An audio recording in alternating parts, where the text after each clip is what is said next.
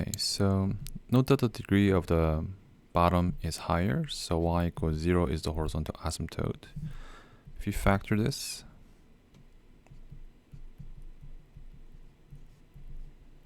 okay, so this is difference of squares, so it's x minus 2 and x plus 2.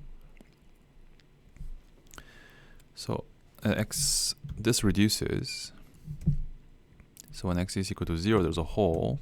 So at 0, if you plug in 0 and 0 in here, you get negative 4 down there. So 0, negative 1 is a hole. Okay.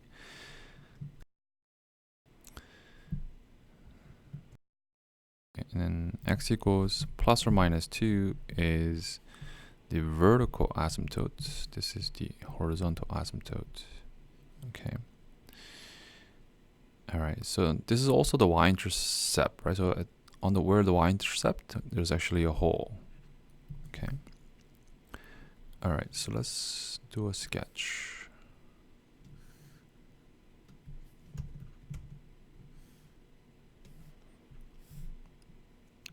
So 1, 2, negative 2. So this is the vertical and horizontal. These are the vertical asymptotes, right? And then actually want to know the sign. 4 over this will have the same sign, the sign of y value, as just the product. When is this positive? Or same place where the parabola is positive. So positive here and negative here. So before negative 2, it's positive. That means the graph has to look like this. It has to be above and approach this and this asymptote.